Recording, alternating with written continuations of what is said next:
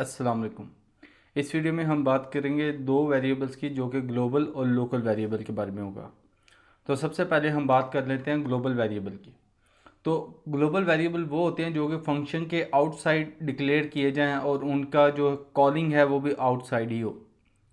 अब global variable में अब फंक्शंस क्या होता है ये मैं आपको नेक्स्ट वीडियोस में इंशाअल्लाह ताला इसमें डिस्कस करेंगे, क्योंकि ये ग्लोबल वेरिएबल और लोकल वेरिएबल के बारे में वीडियो है तो मैं ज़्यादा इस डिस्कस नहीं करूँगा, लेकिन आपको कॉन्सेप्ट समझ आ जाएगा। तो ग्लोबल वेरिएबल वो हैं जो कि फंक्शन के आउटसाइड जो हैं वो डिक्लेयर हों और आउटसाइड ही उसको कॉल किया जाए। अगर आप उसको फंक्शन के अंदर कॉल करेंगे तो वो आपके लिए एरर जनरेट करेगा। तो इसको प्रैक्टिकली देख लेते हैं कि किस तरह से ये होता है। तो सबसे पहले PHP का स्टार्ट और एंड कर लेते हैं और यहाँ पर हम क्या करते हैं, एक वेरिएबल ले लेते हैं। आप कोई भी वेरिएबल का नाम लिख लें और उस वेरिएबल को कोई वैल्यू दे सकते हैं। अब यहाँ पे मैं एक फंक्शन बनाऊंगा और उस फंक्शन को नाम मैं लिख देता हूँ चेक, और ये फंक्शन की ओपनिंग एंड क्लोजिंग ब्रैकेट। अब यहाँ पर मैं उस वेरिएबल को कॉल करना चाह रहा हूँ, लेकिन याद रहे ये ग्लोबल वेरिएबल है, ये आउटसाइड द फंक्शन मैंने डिक्लेयर किया, किसी फंक्शन के अंदर मैंने डिक्लेयर नहीं किया। तो ये एक ग्लोबल वेरिएबल है। इसके आगे अगर मैं लिखना चाहूँ तो मैं लिख सकता हूँ ग्लोबल वेरिएबल। ठीक है। अब मैं इस फंक्शन के अंदर इस वेरिएबल को कॉल करता हूँ, प्रिंट करवाता हूँ। तो फिर क्या होगा, अब आपको इस चीज़ का इल्म होगा या नहीं कि जो फंक्शन है वो ऑटोमेटिकली एग्जीक्यूट नहीं होता जब तक हम उसे कॉल ना करें। तो हमें फंक्शन को कॉल करना होगा तभी ये इतनी लाइंस ऑफ कोड जो है एग्जीक्यूट होगी। तो इसके लिए हमें जस्ट लिखना है चेक और ये हमारे फंक्शन की कॉलिंग होगी। अब यहाँ पे इस प्रोग्राम में हमारे पास एक एरर जनरेट होगा। अब वो एरर जो है, वो एरर जो होगा वो इसलिए होगा क्योंकि मैं ग्लोबल वेरिएबल को इनसाइड द फंक्शन एक्सेस कर रहा हूँ। जब मैं यहाँ पर आकर रिफ़्रेश करूँगा तो वो मुझे एरर दे रहा है, वो कह रहा है कि undefined variable Y, line number 7। यहाँ पर देखें लाइन नंबर 7 में मैंने इसको प्रिंट करवाया है, लेकिन उसके पास वाई है ही नहीं, क्योंकि ये ग्लोबल वेरिएबल है, इनसाइड द फंक्शन एक्सेस नहीं हो सकता। अब मैं इस ग्लोबल वेरिएबल को एक्सेस करना चाह रहा हूँ तो फिर आउटसाइड द फंक्शन एक्सेस कर सकता हूँ। फ़िलहाल इस लाइन को मैं इसको कॉल नहीं करूँगा, इसको फंक्शन को कॉल नहीं करते। यहाँ पर अब मुझे ग्लोबल वेरिएबल को एक्सेस करना है तो जस्ट मैं बाहर आके लिखूँगा इको $वाई। अब ये है, अब ये एरर जनरेट नहीं होगा क्योंकि मैं ग्लोबल वेरिएबल को आउटसाइड द फंक्शन कॉल कर रहा हूँ। यहाँ पर आकर जब मैं रिफ़्रेश करता हूँ तो मुझे उसकी वैल्यू मिल रही है। तो होपफुली आपको उम्मीद करता हूँ कि ग्लोबल वेरिएबल का फ़र्क पता चल गया होगा। अब हम बात कर लेते हैं लोकल वेरिएबल के बारे में। तो सबसे पहले हमने जो ये लिखा है इसको कमेंट कर लेते हैं।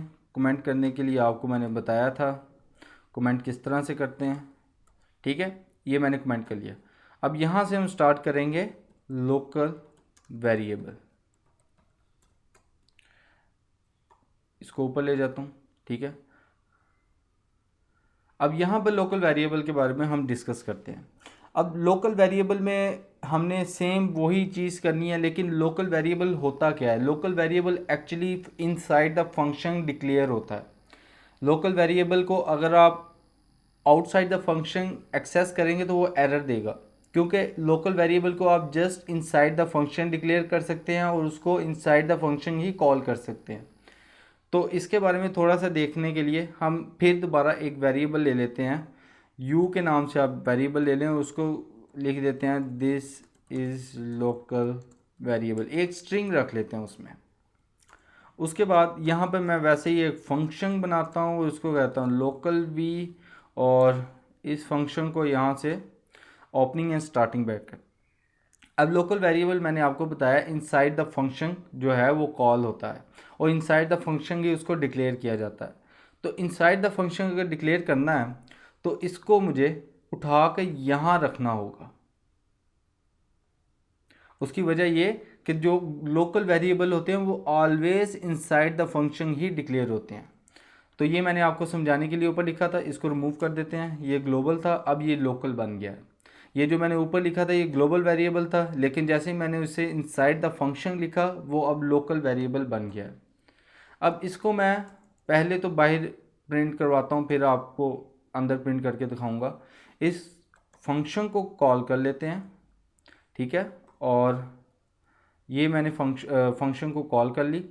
तो यहाँ पर अब मुझे क्या होगा, यहाँ पर मैं इको एक लिख लेता हूँ, इको $u, ठीक है। अब देखें मेरा जो फंक्शन है उसको मैं डिक्लेयर कर रहा हूँ, यहाँ पर फंक्शन भी कॉल कर रहा हूँ, तो इसका मतलब ये है कि मेरा जो फंक्शन है, जो वेरिएबल है वो डिक्लेयर हो जाएगा। लेकिन क्योंकि मैं उसे आउटसाइड द फंक्शन एक्सेस करना चाह रहा हूँ तो ये एरर जनरेट करेगा। इधर जाके जब मैं इसको रिफ़्रेश करता हूँ तो यहाँ पर मुझे फिर एरर आ जाएगा लाइन नंबर 26 में, और यहाँ पर ये देखें लाइन नंबर 26 में मैंने ये लिखा हुआ है। होपफुली आपको समझ लग गई होगी कि लोकल को हमेशा फंक्शन के अंदर डिक्लेयर करते हैं और फंक्शन के अंदर ही एक्सेस करते हैं। अगर मैं इसको यहाँ से कॉपी करके इनसाइड द फंक्शन इसको एक्सेस करूँगा तो ये मेरा प्रोग्राम रन हो जाएगा यहाँ पर, ठीक है। इधर जाते हैं, रिफ़्रेश करता हूँ, तो अब ये मेरा जो प्रोग्राम है ये रन होगा क्योंकि मैं उसे इनसाइड द फंक्शन एक्सेस कर रहा हूँ। अब यहाँ पर हमारे पास लोकल और जो ग्लोबल वेरिएबल में है हमने डिफरेंस देख लिया, ये दोनों चीज़ें है क्या। लेकिन यहाँ पर एक और चीज़ मैं आपको बताना चाह रहा हूँ जो कि है लोकल वेरिएबल के रिलेटेड।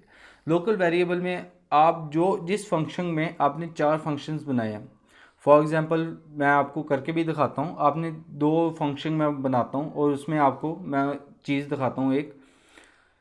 फॉर एग्ज़ाम्पल इसको मैं दोबारा कमेंट कर देता हूँ, ठीक है, यहाँ तक मैं इसको कमेंट कर देता हूँ। अब मैं क्या करता हूँ, अब मैं ये करता हूँ कि इसको फंक्शन को कॉपी पेस्ट करता हूँ यहाँ पर और इसका नाम लिख लेता हूँ fun1, और इस fun1 को यहाँ पर मैं कॉल कर लेता हूँ fun1। अब इसी तरह मैं एक और फंक्शन बनाता हूँ और यहाँ पर उस फंक्शन को मैं fun2 का नाम देता हूँ और इसको भी यहाँ पर कॉल कर लेता हूँ।